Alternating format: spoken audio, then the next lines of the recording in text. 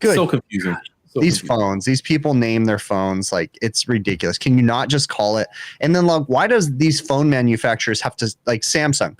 They went from the S10 to the S20. I know. What can you call it the S11? Be consistent. Be like Apple. Be consistent. Hey, Bill. Word. I started drinking tea yesterday too. Oh yeah. Yeah. Welcome to Alcoholics Anonymous. What kind of tea are you My drinking? name's Bill, and I'm an alcoholic. Here's my tea. See, when you quit drinking, you sound like this. Right? Nice. I'm. You know, I was gonna say, Chris, Adam cut us off for, "Hey, Bill, I'm drinking tea now." Like honestly, good conversation. Yeah. You gotta cut us off with you drinking. It's a great conversation about your potato phone and whatever phone Chris is talking about. It's true, but we should name our phones. We should call them something different than numbers. It's true. They're not consistent. Hey, Bill, cares? You know what? You haven't even been active in the chat for the last week, bro. That's true. You don't even have anything to say, dude. Like, I posted a video yesterday. He has been working on cool things, though. He worked on some That's true. huge I've been doing chiller performance stuff. You better fill us all in. You better start being active. I leaned against the chiller this week. I leaned against the chiller. Yeah. Yeah. Hey, at least I didn't get the group almost deleted. How about that? Oh, Yeah. I don't want to talk about it. Hey, but here's the real thing. I looked at that post because the way we have the Facebook group set up is we have to approve every post. And I looked at the post, and I swear to you, I hit approve. So Joe, fuck off, Samuel. For me. You must have hit it for me, and I hit it too. But then Joe got blamed for it. Yeah, but you know what? Facebook said it was Joe, and then Facebook also, I got this like big alert on my phone. It started like beeping like crazy, like, you know when there's like an Amber Alert and a kid gets kidnapped?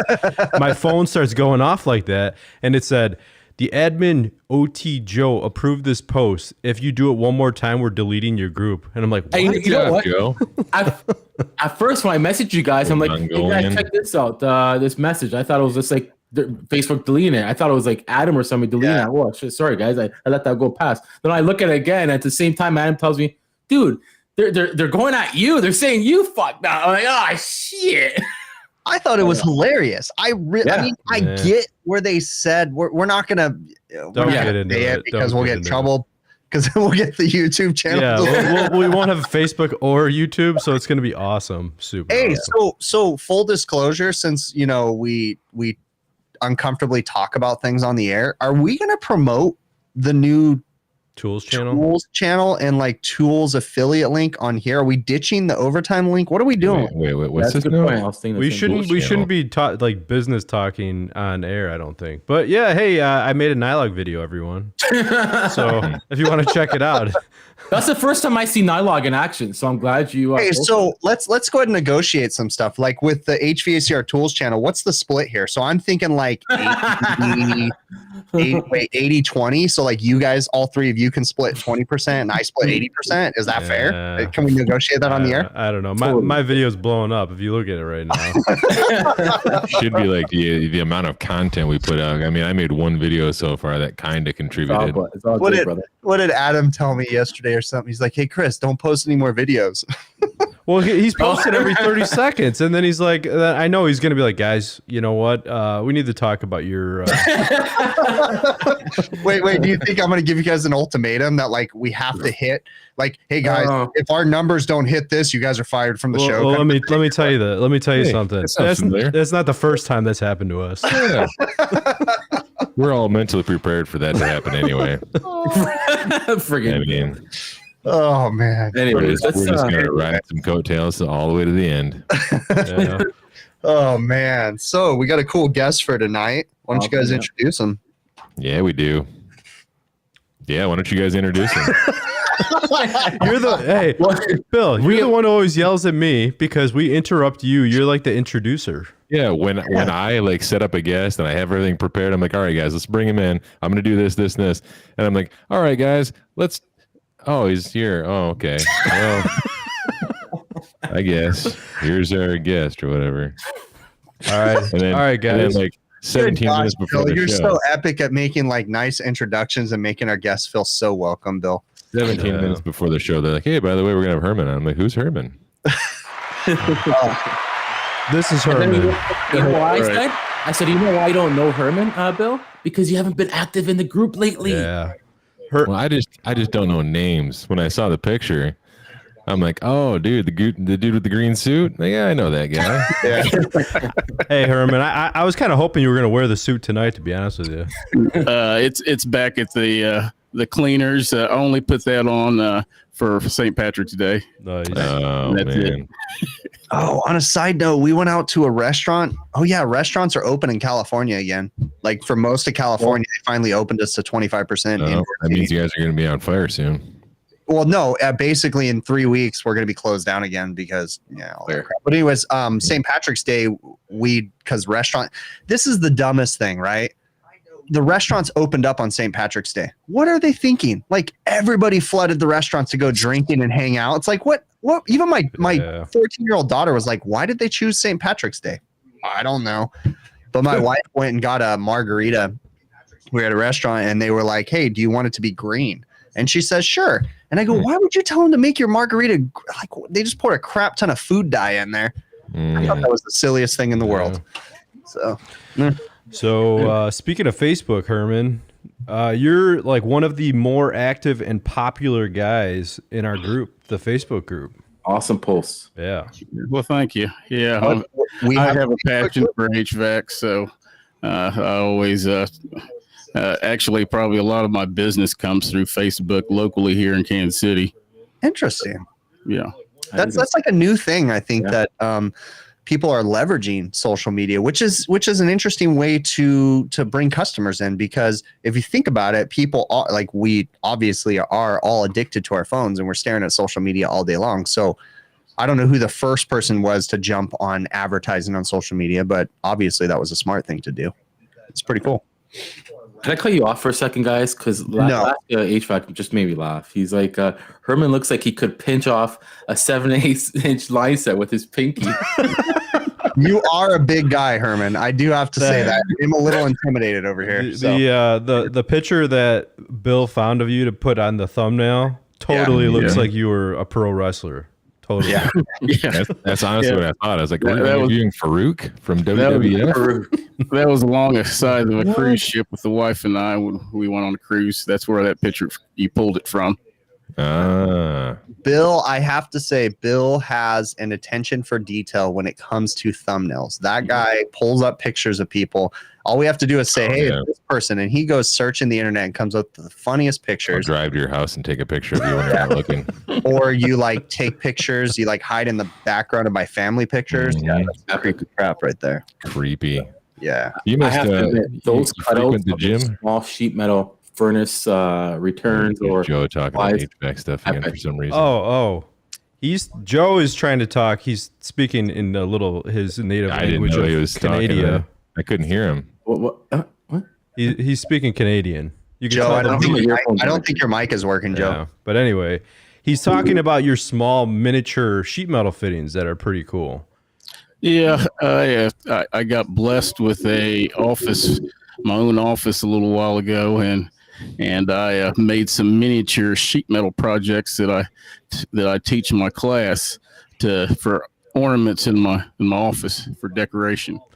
So that's why I made those miniature deals. But they're actually a quarter of the size of the sheet metal projects that I sell or that I have my class make.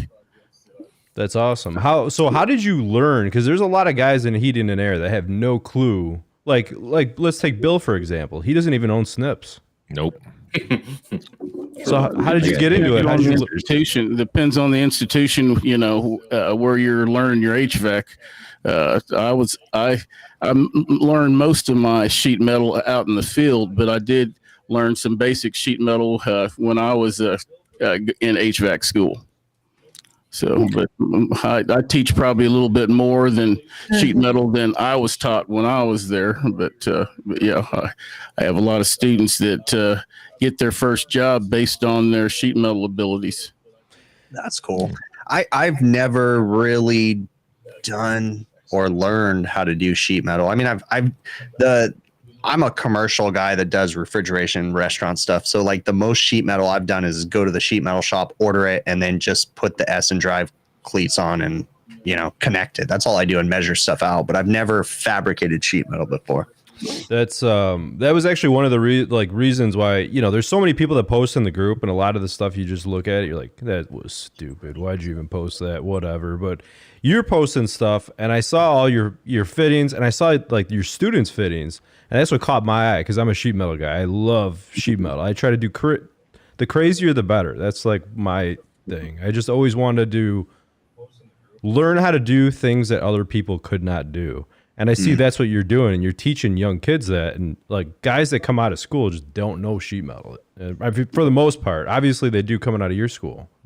Yes, absolutely. If you was ever my student, you learned sheet metal. Period. How long have you been in the industry, Herman? I got forced in the industry after I graduated from high school. My mother came in my room and told me, "Boy, since you ain't going to college, if you want to remain living in this house, you're going to learn to trade or get out." Basically, so tough love, and I love her for it. But at any rate, I chose HVAC, and 2 months after I graduated from high school, I started the VOTEC. And I got hired before I even graduated from the VOTEC school, and been doing it ever since. And went in business for myself in '88, 5 years after I got out in the field and worked for a couple licensed contractors. Oh, that's cool. So, being that you've been in the business for so long, in the very beginning of social media, so what, 99? Ish, whatever, when social media kind of became prevalent, did it seem silly to you when it comes to HVAC? I mean, obviously social media has a massive place in HVAC now because we have communities and different stuff like that. But can you remember back to when social media was just something silly? Yes, and I'm not one that embraces technology. I got to get forced into it. So, right. I held on to my beeper until the beeper company went out of business. Yeah. So, I got forced into having to get a smartphone. When a customer sent me a text, I got your money, and I'm sitting there trying to text them back. I'm on my way with a old phone going through the alphabet. Like time to upgrade. You have to hit 3 times to hit each letter, and then exactly. Oh, I messed it up, and you could have drove there before you were done texting. Yeah, exactly.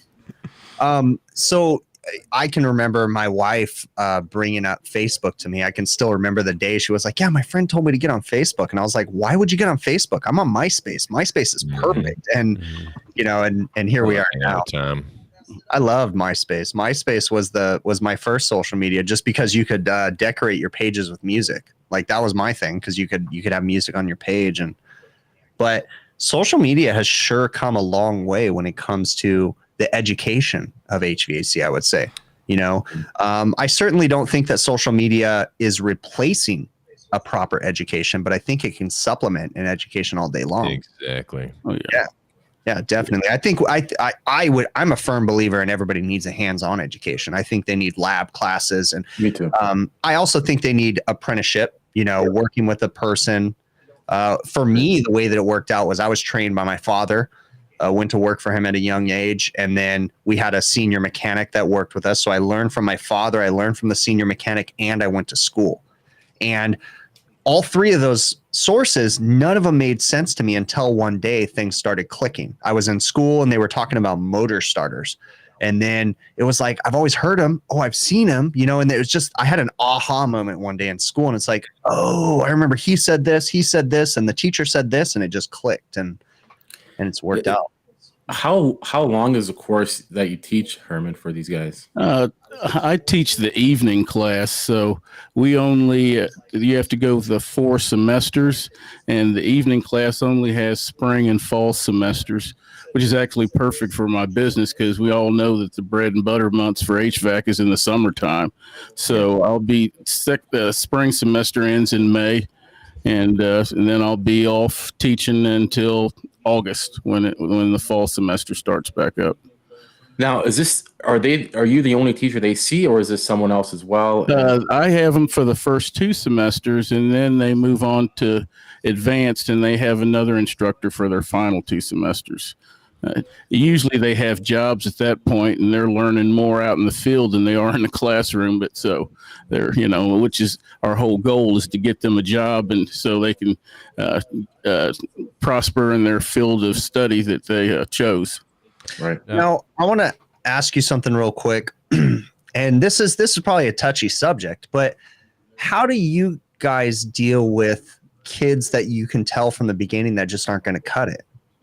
And I know that's a hard thing to deal with when it comes to education and schools and different things like that, but how does that say, get out? Yeah, well, one of the misconceptions, just when you say kids, I have students who are 40 and 50 years old. I think the average student is 30. That's a fair thing. Thank you for pointing that out. And in the morning class, you have more full-time younger students than you have in the evening class. Most of my class are people. Everybody has a job, a 9-to-5 job, and then they come, to class in the evening. Yeah.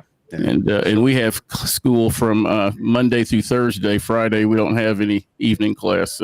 Otherwise, I would have been late getting to this show. Now, is your school like a public, or is it a private school? You don't have to name the school. Community college. Okay. Technically, I'm an employee of the state of Kansas.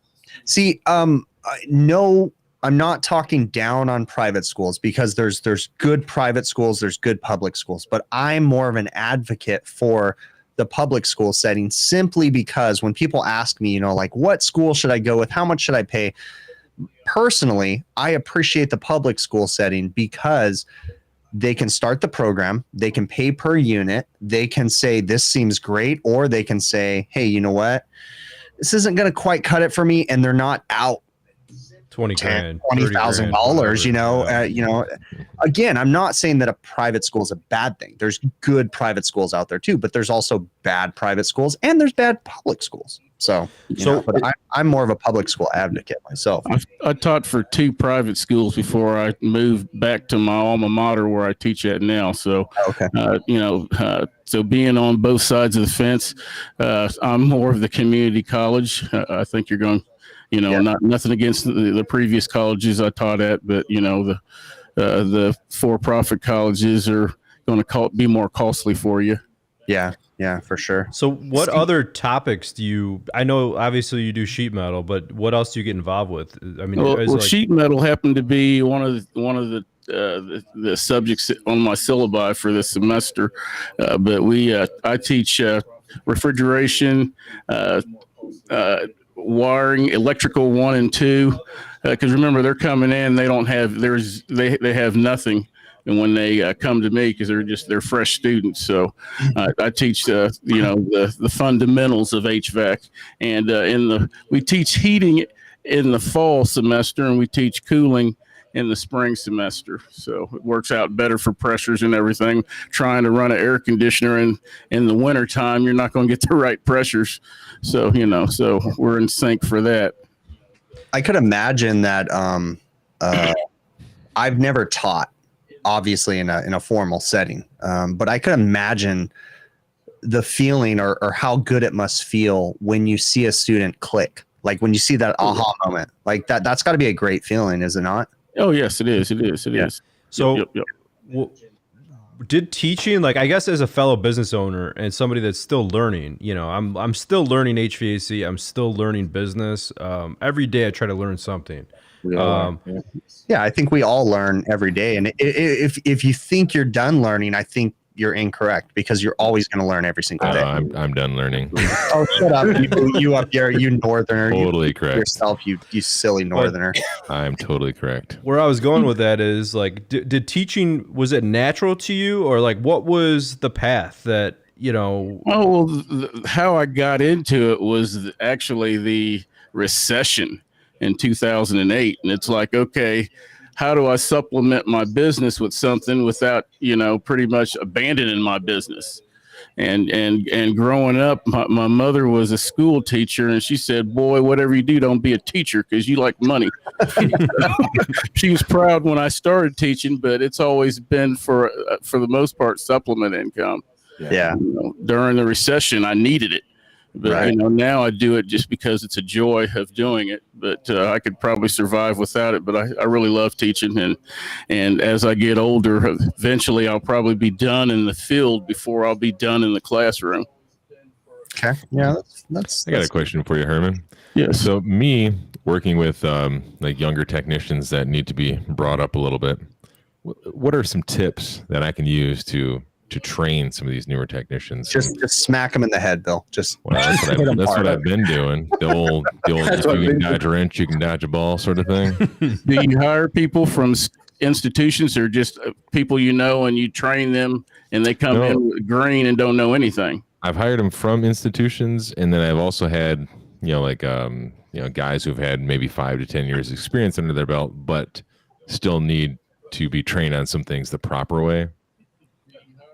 Yeah, well, you almost pretty much got to train them yourself. Sometimes it's better if they come in and don't know anything, because if they have bad habits from another company, you don't want them bringing that into your company.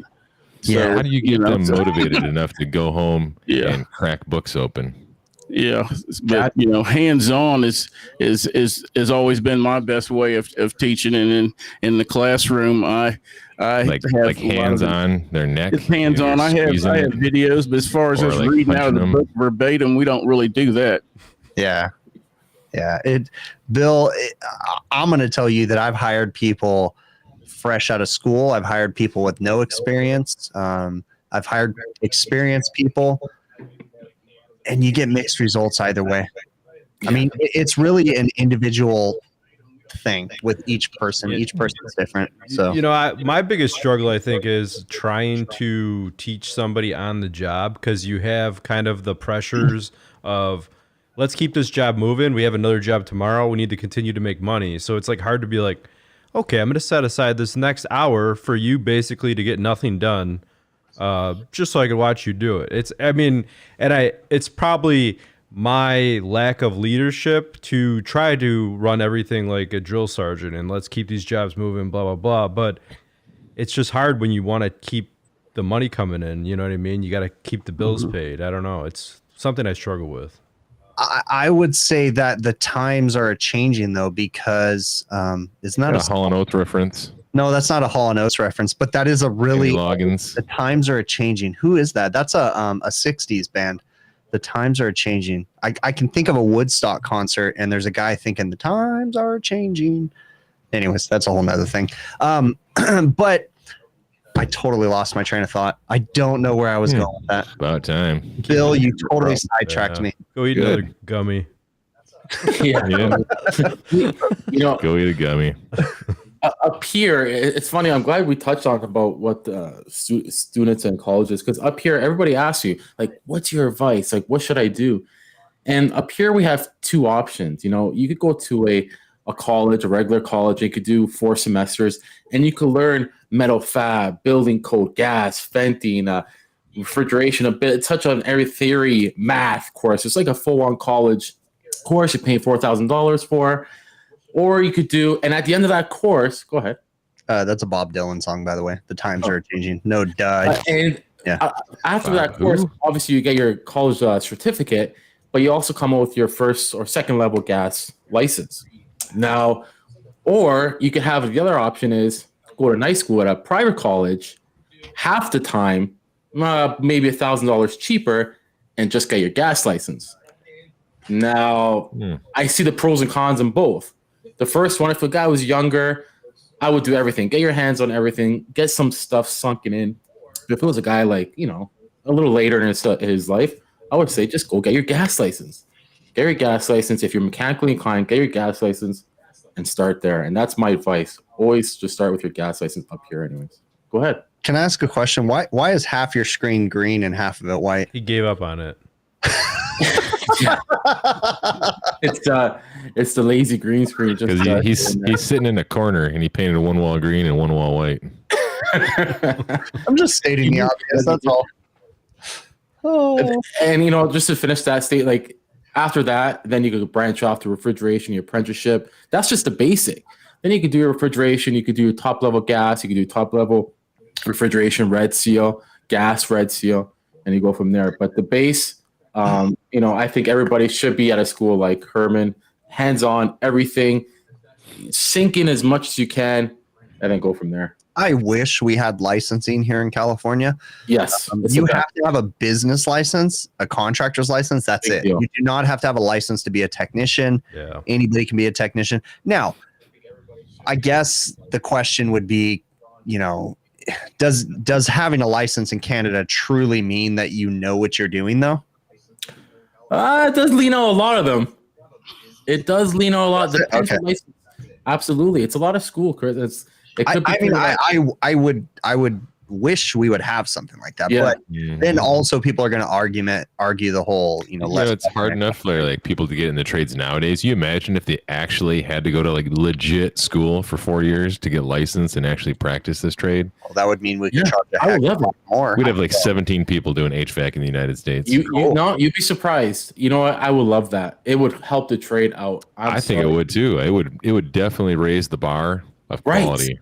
Yeah. Here it's all quality. I'm sorry to say here you don't find that many, like you find hacks, but it's not. Oh, Joe, come on, bro. I seen that video where you used freaking Blue Death on the flare. Yeah. And then you torque the hell out of the TXV flare. We have service techs that use way too much of the leak lock stuff. Come on, Joe. You were concentrating so hard you were drooling in that video. Speaking of real quick, I have one thing to say and we'll get back on topic, but I watched a video from it looked like it was from 1987, like the first Nylog video ever. And they were demonstrating it and they just took it and they're like putting it all over the flare. They're like dumping it in the freaking pipe and like going, and it's like a refrigeration technologies video. I'm like, oh, okay. I gotta say that Adam. So shameless plug, if you guys haven't already, definitely go check out the HVACR Tools YouTube channel. Obviously, guys, if you guys are living under a rock and you don't know, we started a new YouTube channel, HVACR Tools. So Adam just did a video on Nylog White. Adam, that was a hilarious video, by the way. But I have to say, there was someone in the video, and the way that their comment was written, I kind of get the feeling that they thought Nylog White was for refrigeration. Yeah, I heard that. I saw that too. I was kind of like, did they not? I assumed that people thought just because it says air, gas, and water on the Nylog White bottle that they got the concept that is a pipe dope and not. That was a band, air, gas, and water. Yeah. I thought sometimes you need more than 4 words for directions. I was reprimanded by an employee of mine many years ago because we were in a heated argument back and forth that I should have never been in, by the way. It was my fault for getting into that argument, but I did bring up the point that he lacked some common sense, and he didn't like that, but he also what? Yeah, he also told me that common sense, basically he implied that common sense was only common to me and not to most people. And that one kind of drove me nuts because I think that common sense is lacking in a lot of people these days. So, all right. So Hamish McGregor said, haven't done the trade school route to being a welder. No, it does basically nothing to raise the industry. Actual rate of failure at school would work more than a few weeks. Otherwise, it's fractional. I guess he's going the other way. Yeah. So is he saying that trade school is not worth it? Is that what he's saying? For him, for welding, he says it's not. Well, I think, but trade school, again, in my opinion, trade school is not a one-stop shop. You need to learn on the job, but you also need the fundamentals of trade school. Yeah. Here, one thing I thought was interesting, which you don't see, I think, in a lot of trade schools. Herman, I saw one of your posts that you brought in a furnace that you replaced, the Goodman furnace with the bad heat exchanger. Yes. And you had the guys in the class, you taught them and you instructed them how to change and replace the heat exchanger on was it a 90+ furnace, right? Yes, it was. Yeah. Because a lot of times the heat exchanger will have a lifetime warranty or at least a 20-year warranty. And even though my customer elects to get a new furnace, it's a perfect teaching opportunity to go ahead and warranty out that heat exchanger and bring it into the classroom and in our lab and show them how to change that out. It's about the 3rd time I've been able to do that. So it's a real good experience for your student to get, because it's not like they always have that opportunity to do that. No, I would say all the guys that I've met coming out of school that I've hired myself or met in general, when it comes time to changing a heat exchanger, they look like deer in headlights. They can't, you know what I mean? It's like the unspeakable. Segueing, I don't mean to interrupt, but someone kind of posted something. Hamilton Mechanical kind of posted something, and I want to touch on this too. I really think that we need to get the trades more involved in the high school programs. I even went to a local, my daughter's high school. I went to like the open house when she was first going into the school. I have a 14-year-old daughter. So this is her first year. And I remember talking to the teacher that runs like the trade programs. They have an electrical program at the high school they call it ROP. But I remember talking to him and it's like, man, we need more trades in these schools. I really think I know that college is for some people. Yeah, I know that college is for some people, but I also know that some people need a trade. I personally I lucked out that I had auto collision. So I took auto body classes and architectural drafting all through high school. Oh, yeah. I took that too. And while I never went into architectural drafting or auto collision, it still gave me the fundamentals that I needed to tell me that there's other options. You know what? I also took French. I'm not even a fruitcake. Yeah. here in Kansas City, Kansas, the community college, we've always had a high school program for probably 40 years or better. We need more of those because I would even, as a business owner, I would consider even at a couple hours a day, I would consider hiring or bringing on apprentices or whatever, because high schools, the ROP programs, here in California, they're called regional occupation programs. So, we could bring on high school kids and the school districts basically have the insurance and they come shadow me for a day or something like that. I would love to do that. I think that would be great. I could grab some kids that might not otherwise succeed in college that could come work and learn and grow and become very successful technicians, I think I would go back in school and trade my French class, like I just said. Also history. History was useless to me for like HVAC training or business finance or something that would actually apply to my life as a young adult. Yeah, business. That's another thing too. I think we, even in high school, I really wish I would have understood more financial stuff. Yeah, like investments and things like we need to focus on that. On retirement, passive income, credit cards, like how dangerous credit cards are. Like schools aren't teaching that, and they teach you how to write a check and draw with crayons and. I want to get back to this because a lot of guys struggle with this, Herman. The guys that struggle for sheet metal, do you have any tips for them? Let's say even a transition on a furnace. Maybe you could sum it up quickly, what you start off with, what side or how you do it, or maybe just some tips. I always start off making a small plenum project because anytime you're changing out a furnace, usually you have to deal with the plenum. Mm-hmm. So, and after I teach them how to make a small plenum, I show them how to make a takeoff, and then we go into our lab and make a full-scale takeoff and plenum, pair it up, and then go from there. Actually, I will teach them how to make a sheet metal a return boot with drop, and pretty much all the fittings that go into the ductwork. I think that to do on a little micro size unit, it's awesome. It's like a first, it just helps you. I think that's awesome. Yep. So in your business, Chris does refrigeration now. Bill works on boilers. Boilers. Let's talk boilers. Do you work on boilers? No. Wait a minute. So for the longest time, I had a friend on this show, right? So when Joe and Adam would talk about boilers, Bill and I could look at each other and be like, what the F? And we could text each other back and forth. But now Bill is like, what the F, Bill? For real? What's a TXV? What's a TXV? I'm talking boiler neutralizer. We need to run some copper, ProPress. Oh, shit. Well, McLean. Do you get into boilers at all, Herman? I have in the past, but that's not my strong point. Mainly when I get into boilers, we're removing them and putting forced air in. Damn Good right. Man. So, there's not a whole lot of boilers here in Kansas City anymore. Nate Adams, sorry, bud. But Herman, he's a forced air furnace kind of a guy. So Hey, that's what I'm doing in my house this summer if I'm lucky. Yep. Yanking out my stupid waterfall system. Back on Canada, I was surprised in the chat or in one of the posts where there's no furnaces in unconditioned spaces in Canada. You don't have furnaces in attics or crawl spaces. I haven't come across one. No, they're all conditioned basements, or if it's in the attic, it's conditioned. Let's also preface this that Joe only works at Drake's house and fancy rich people. Really, guys, come on, Herman, you should know this. But it is true, Herman. It's crazy. We all have it's common here in Canada that we all have walkable basements. So they put the furnace in the basement or a closet. Why put it in the attic, right? Why? Well, that's the reason why 90s wouldn't work here in the U.S. if that was mandated, because you'd have to dump heat into the attic or the crawl space to keep the condensation from freezing.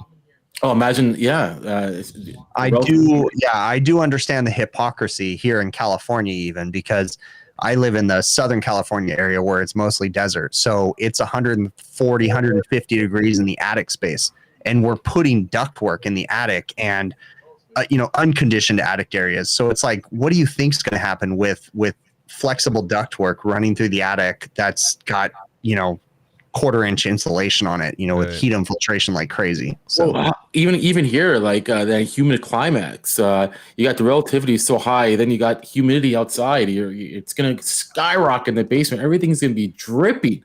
You know what I mean? It's nuts. It is funny when you see somebody post a picture like in Facebook or wherever about an 80% furnace, and you get all the Canadian guys up there that are like, you barbarians, who uses 80% furnaces anymore? I don't even I can come across package units. I've got a restaurant I can think of right now that we went and we had to change multiple heat exchangers on package units on the roof. And as I was changing the heat exchangers, we were looking and we realized second stage was never hooked up. And these units were from the 80s. They were from the 80s. Oh. And it's like, but here in California, we don't know what cold is. Our winters on average are 50 degrees. So we can survive on first stage heat, we don't even know. So what's your bread and butter, Herman, in your business yourself, your company? Air conditioning season, I'd say, would be my bread and butter, Residentially? Yes, residential. That's cool. My strong point. Are you doing avocado on toast? Speaking of bread and butter, never mind. That's a California thing, Bill. We do put avocado on toast up here. I'll save that for my next live stream. That's the other thing, guys. Luki Wendago made a comment about using What's his name? No, we hardly use flex. Loki from Iron Man? No, those four things. Flex or that board you guys use, that styrofoam board for plenums. Duct board. Filter board. Anyways, we don't use that stuff. Yeah, we don't use it here either. It's all sheet metal. We have sheet metal plenums and we have flex duct everywhere here. Everything is flex duct going everywhere. And flex duct has never been run correctly from day one of the advent of it here in California. Flex duct is all undersized, right? We were using rigid duct calculators to calculate our flex duct systems since day one. Airflow is non-existent. So like everyone is I made a post about this today about how I saw a furnace. I ran into a furnace and it was running at 1 inch of static. That's common. Yeah, it's super common, but it's not. It's double what it should be running at. Yeah. So my question, Herman, do you get involved, or did your school, do you guys actually teach duct design, static pressure, the whole the shenanigans? Yeah, well, we touch on it. Our main objective is for them to get an entry-level position and build on their education. So, we're not trying to make them be an advanced person to go into business for themselves. That's something, a goal they might go for, but we're just trying to give them the basics so they can get out there and do an entry-level position, get their and feet build wet on that. Yeah. So, we got the sling psychrometer and we touch on all that stuff, but I think I'm the only one that actually teaches sheet metal in their second semester. When they're in the spring semesters, when they actually have sheet metal is one of the things that they get graded on. Nice. So I want to ask everybody in here, but I want to ask you too, Herman. When you were in high school, were you like me and thinking that you would never use math in your future? Like I remember being in math class thinking I'm never going to use this. Yes. Yeah. I can say that. Yeah. And as an HVAC technician, I remember I was talking to my daughter, and I was horrible in math, by the way, but it blew my mind when you really break it down and think how much math you use on a daily. Yes. I think of algebra in my head and I can do stuff in my head, but in school, like, oh no, like there's no way in hell. Like, I thought it was the dumbest thing. It was even worse for me with geometry. I'm like, this is so stupid. And like, you'll never use it, right? Geometry. And that's all you use when you're doing sheet metal. It's like so much. Sure and the more advanced sheet metal you get, the more geometry you actually end up using. Yep. Yeah. That one's still like, even today, I'm surprised with how much math I use on a daily.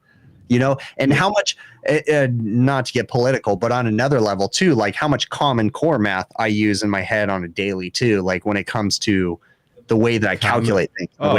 So you're like one of those guys that like write down a bunch of dots on the paper when you're trying to no, but my daughter, that's all another thing too. My daughter, when she came home in like first and second grade, she was like, yeah, my teacher was teaching me math today. And I said, okay, show me. And she's like, 1 + 2 = 3. And I'm like, what the hell are you hitting your head for? That's how they were taught in school. But oh my God. Was your teacher Helen Keller? That's a whole other. Speaking of, you brought up sling psychrometers. This is kind of a joke, but I always thought to punish employees for breaking tools, take away their digital psychrometer and make them walk into somebody's house and. Can you imagine today a technician walks into a house and he's flinging a I know. I've never owned one. I just use them to teach with, and I was taught with one. I had one employer that would insist you to use them if you had an issue or something. But yeah, I've never used one as far as in my company. That's an interesting topic, though, too, because there's actually a science to using a sling psychrometer. You actually have to spin it at the correct rotation, and if you don't, that's what's you get inaccurate readings. That's not. And it has the right water. And you have distilled water. You have to use distilled water. It's a trip. Like you can't just stick it in your mouth and then spin it around like I used to do. But we got to give credit. I'm going to give a prop right now, right? We got this new book right here, Review of Vacuum, right? True Tech, Jim Bergman, all the fancy people. But interesting, like you got to give homage to the people. This book was originally published, I think in like the 60s or something like that. And they just republished it today. And these concepts have been the same. The same thing with air. The concepts of moisture and everything in the air, they're not new. Everything that we're doing today, the calculating airflow, coming up with CFMs, all these concepts that we use, they were brought in a time when I couldn't even imagine the people that came up with this stuff. I think an awesome, one of the greatest things, Herman, that you're doing is teaching, because for many, many years and generations in HVAC, people have been learning rules of thumb and bad rules of thumb, right? Yeah, and that don't really work well. And now, like with the internet, I feel like the knowledge is starting to come up, but it's still not where it needs to be. And like I think a lot of guys need to start pushing it and teach people what you know. Absolutely. Hey Herman, I've seen a post on that. Sometimes in some schools you have a bunch of older instructors that have been retired from the field for so long they're not relevant. The fact that I'm still in business for myself and working in the field every day, I think that I'm able to bring more relevant stuff to my students. So since you bring that up, I want to touch on a touchy subject, kind of in a way. A lot of touching going on here. Yeah, lots of touching going on. But touch me, touch you, touch them. There's a problem in some school situations where we have people that could never cut it as a service technician that became teachers. In my area, I can think of a few schools. I can think of some schools that have amazing teachers, right? But then there's also a few dirty bunch that basically are washed up service techs that could never make it. And I think that's a problem. I think that's definitely, I don't know how the solution, but I think that's a problem in some of the school settings where we have people that are teaching that do not motivate the students. I think motivation is a huge thing. Motivation and also hands-on, because I've taken probably hundreds of random updated classes, Nate education classes, blah, blah, blah, where you're like, I need to like pry my eyelids open with toothpicks because this guy is just boring and he's showing you slide after slide and just talking to you. Just like reading out of the book. Exactly. You know? Imagine. If you can't engage with him, you're not going to teach him nothing. Exactly. We haven't been able to engage with them. I seen a post you did, Herman, about having still just analog. So you're one of those old timers still with the old timer tools, right? You have the new. Yeah, ageist, Joe. Yeah, I've never had a pair of digital gauges, and after approaching 40 years in the field, unless my students pitch in and give me one for a gift, or like I say, if they start, putting them in their toolkits, then, I'll all of a sudden act like, oh, they're the greatest thing and act like I know what I'm doing. And then Wait. Make a post on HVAC Overtime. Somebody teach me how to turn them on. So you guys don't have digital, or you don't have digital in your class? No, we don't. Class does. That's I think we have some digital gauges. We have some, but I've never used them. I'm still teaching the students how to use them for the first time and purge their hoses and all that. So and that's important. That's definitely important. But you guys do have them, but you're teaching them the basics and the fundamentals on exactly. And I think that's important to understand how digital gauges work. I use digital. For the longest time, I was an advocate for analog gauges or compound gauges. But once I realized what digital could do for me and how much they could make the job easier, I really leaned towards digital. But one thing I will say is there is times that, and it's usually user error, that I put something incorrectly in the wrong place and I don't get a proper reading. But the digital gauges tell me something and I have to be able to interpret and say, wait, there's something wrong here. So digital can be a problem if the student doesn't understand the fundamentals and how to interpolate when, hey, I agree. This is incorrect. Number one, interpolate a word. Yeah, number one, I was going to say is interpolate a word. And interpolate is a word. That is a big word. Don't challenge me. Get your freaking Scrabble dictionary out, you butthead over there. And then number two, I was going to say Scrabble-ate. I was going to say about, I've thought about this for a while. Wouldn't it be amazing if in school they actually trained you on Measure Quick as well? Yeah, but that's a mind explosion in its own, dude. You need to get them a foundation first. Yeah, but the thing is, the cool thing about Measure Quick is if you know how to work it, you could potentially hit the ground running, even if you don't grasp the entire concept of It's like a Missy Elliott song. So, Herman, what can you think of right now? What kind of digital gauges do you guys have at your school? Can you think of the brand names that they have? Is Field Piece. Field Piece. Yeah. Do you know if it's like new stuff or old stuff? Or it's new stuff. Yeah, we have state of the art stuff. Gotcha. So, but it's probably I really don't know what they teach in the after they leave my class. Right. So that we like heat pumps is advanced air conditioning, and they get that in their third and fourth semesters. So they need to learn basic air conditioning before they learn heat pumps. And I think that's really, and again, I do think it's very important for the schools to teach the fundamentals first, and explain to, this is how you come up with superheat. This is how you find a saturation temperature. I come from a time where I remember carrying pressure temperature charts in my pocket, and nowadays you can't find a pressure temperature chart to save your life. It's all in your phones now. On your phone. Yeah, absolutely. Yeah.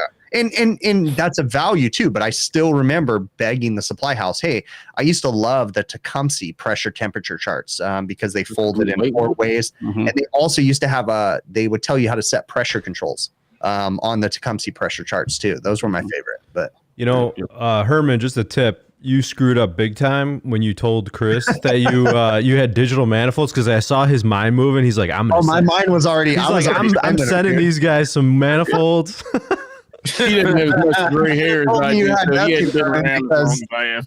You should have told me you had nothing, dude. But speaking of tools, guys, I just got something today, and I want to show you guys. And I would be curious to see if Herman would know this, but this is a great tool. I used another model of this, but check it out.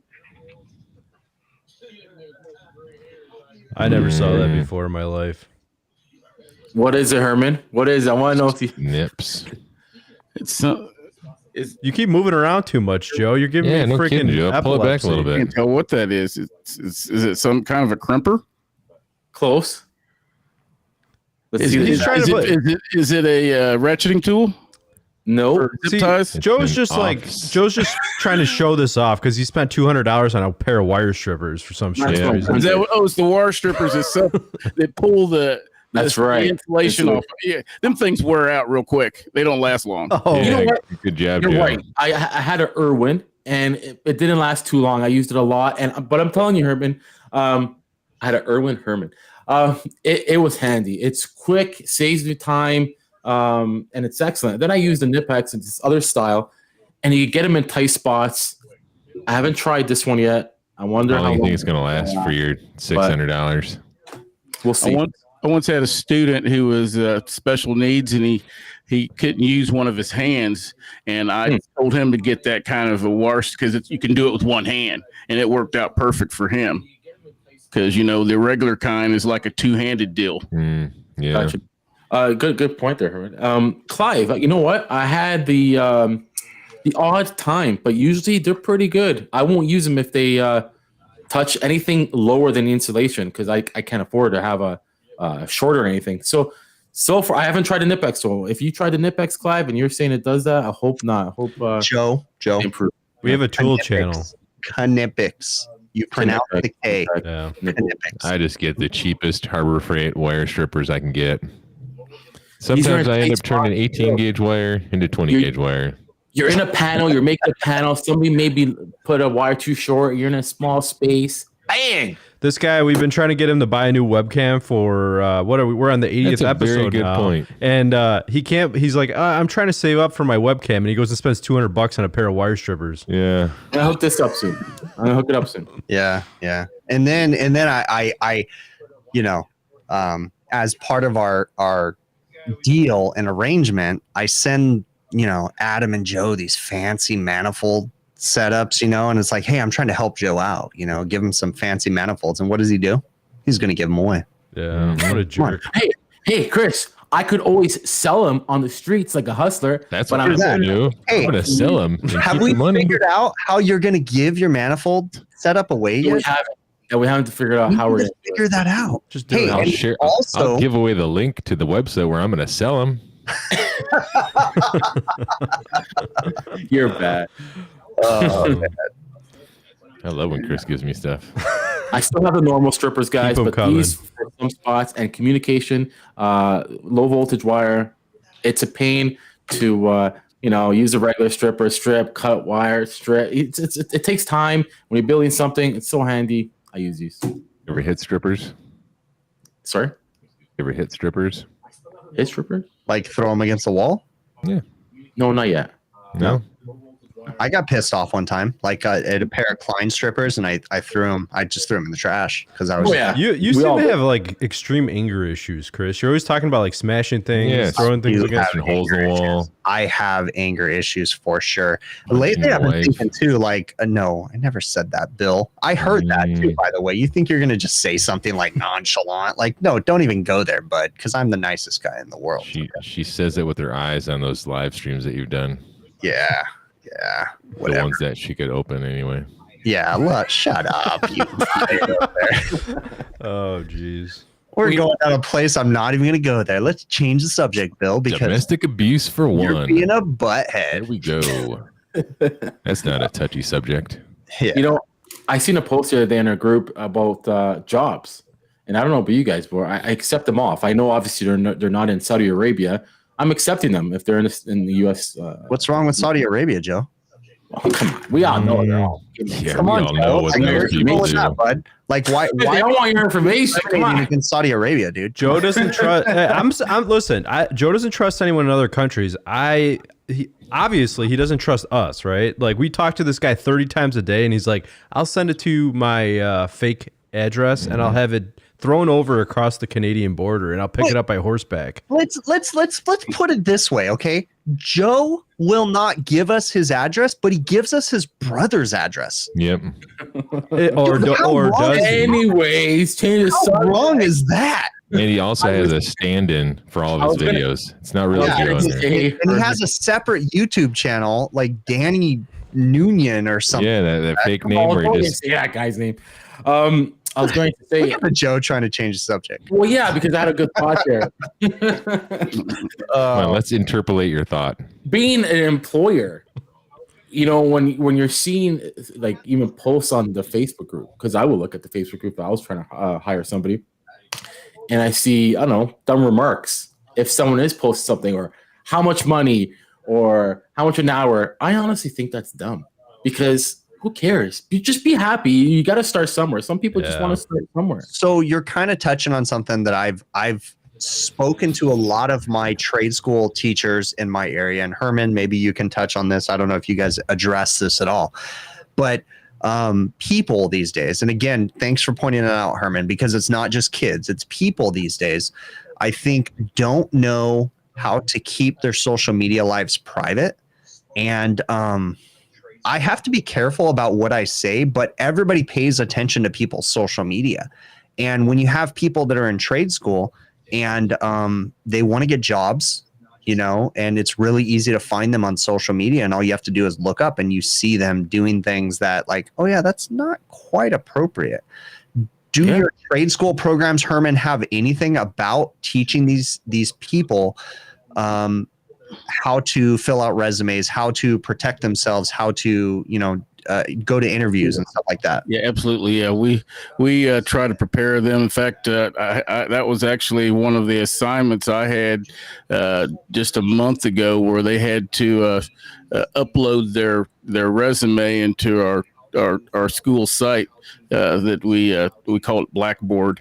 But that way I could critique their resumes, because every now and then we will have job fairs, right, where everybody needs to have their resume ready to go, because a lot of times they can be hired right on the spot. So I don't know, you just brought up job fair, and that reminded me of one of my local community colleges, and maybe maybe you guys do something similar, but I thought it was a really cool program that they have. So for the outgoing seniors in the program, whatever you want to call them, the kids that are last year of school, they actually hold kind of a job fair, but they actually hold it in the lab. And they have each student working, they have package units in their lab, and they have each student working a package unit. And they have multiple companies come to that school, and each company rotates. So the student stays at the same package unit, and each company rotates, or service managers or whatever. And they kind of get to do speed interviews, right? Where they ask the students, like, and the students at a package unit, and the employers, potential employers, can come up and say, hey, you know what? Can you show me how to check superheat? Can you tell me the importance of airflow and different things like that? And I thought that was an amazing program that our local community colleges have. And I think that hopefully people are adopting that across the nation too, because that's a great way to introduce us to the students. Yes, absolutely. Yeah. We have to give them some leadership skills, and, it's all, you can't just teach them HVAC, and, they have to know how to deal with the public and, and other stuff. So there's actually other things that they're taught by other instructors that doesn't have anything to do with HVAC. So, but you have to have a degree. There is a psychology side to it. But yeah, they do have that. So you guys doing your role playing? Oh, that's a good thing. Do you guys doing your role playing in class, Herman? Role playing? No, it's like playing house. One thing we do like, we go on field trips. We can take them out into the field and actually do real life stuff in the field. I got a church here in the city that unfortunately got hit by the copper thieves last season, and in April we're going to go out there. I'm going to take my class out there, and we're going to get their air conditioners going for them, labor free, and give back to the city and help that church family out. That's cool. Yeah, Kevin. So I try to get my class into the church at least once per semester. Church had never hurt nobody. Yeah. Well, that's awesome. Yep. So would you have any tips that you would give somebody either in school, getting out of school, like, and any advice to getting into HVAC? What would you tell them? Like, what should they try to strive for or do? Real quick before you answer that, Herman, I want everybody to go around and answer that question, but I want to hear Herman's response first. Well, I would say first, you always try to do your best work. Because if you do your best work, it'll always lead to the next job.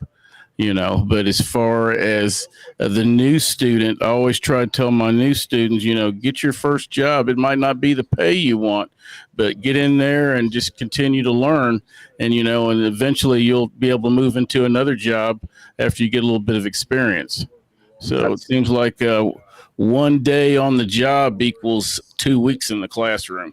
Yeah. So, what about you, Adam? Do you have any advice you give to a student? I can't answer my own question. Okay, Bill, what about you? Any advice you give to a new student, someone coming into the trade? I would say apply yourself. In my opinion, there's not much that really separates a good technician from a bad technician other than a good technician normally applies themselves. True. They go home, they research things they don't know, they invest in themselves, they understand that this is a career and they take it seriously. So take it seriously and apply yourself. I would say treat the customers like they're your own. Treat them like you're a family. Give them the respect and the time that they deserve if your employer allows you, obviously. And kind of like what Bill touched on, your job does not end when the day ends. You go home and you research. I try to tell people all the time, take pictures. If you're curious about something, research when you go home. And the last thing is learn when to keep your mouth shut, especially for new people working on the job. There's a time for questions and there's a time for paying attention, and once you get into the career or once you get into the field, you're going to learn. As an apprentice, you're working with me. There's a time to keep your mouth shut and just watch and listen and learn, and learn to anticipate what I'm going to ask for. But then I also encourage questions. I want to teach, but there's also, when I'm in the middle of something and I'm brazen and stuff, I can't necessarily explain everything, so that's the time to listen and just watch. It's amazing you say that, because I agree we all have the same aspect there. Self-teach. Besides that, I agree, Chris. Learn when to ask questions. Ask questions. We got to know when to ask them. Ask them appropriately. Don't be afraid to ask questions. But exactly. And here's the thing that I would say, not for the new guys coming in, but for the guys that know what they're doing. You go on these Facebook groups and people are like new and they're asking questions. They're showing their installs and doing this and doing that. And people just tear them apart. And it makes the new guys like afraid to ask questions because they're ridiculed.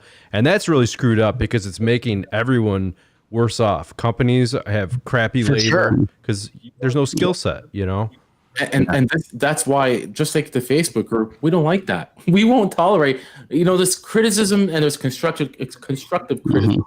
Yeah. I seen a post the other day, guys telling him this job looked fine, and he's telling him, I would have done this, I would have done this, I would have done this. Okay, I'm 2 months in the trade. Sorry, buddy, 2 months in the trade, you don't even have the right to even say nothing. Just acknowledge it, take it in. Yeah. Come on, man. Don't discourage people. Let's bring them up. Let's big them up and let's get them on board. Yeah. And a lot of times it seems like people in the group will assume that their local codes applies nationwide or worldwide. So before you start downing somebody. Yeah, I get that quite often, and I get it. I understand. But my videos are viewed all over the world, right? So I get a lot of people from other countries saying, hey, how come you topped off the charge? That's illegal. You can't top off the charge. Like, you can't put gas in a leaking system. Things are a little different here. If I don't do it, the next guy's going to do it. And the laws don't, the codes change from town to town, country to country, everywhere, Definitely different. Well, right on. All right. Yep. It's been a pleasure and honor for you guys having me on the show. Well, thanks for coming on, Herman. This has been an awesome conversation. I think that we've all had a great conversation. I think it worked out really good. So I really appreciate you coming on here. On a final note, Herman, I'll tell you something. I strive to be as successful as a teacher as you. I'd like to learn that. I'd like to further my knowledge in teaching, and I just don't have the patience. And I'm trying to work on that. And I'm learning Adam's from working you. on changing himself as a person. I am. I'm trying to better myself. Trying to have more. I'm not an ace yet. I'm still working on it too. Yeah. And we're always trying to get better and better at, just like you never learn everything about HVAC. You're always getting better as far as in the classroom. So yeah, Right. Absolutely. Adam, I don't know if you're going towards the better area or if you're going towards the. Yeah, you're going a little bit farther, but I know this right. transitioning hurts at some point in time. Listen, we don't need to get kicked off YouTube, all right? On that note, who's ending this? All right. No banging trannies. All right. All right.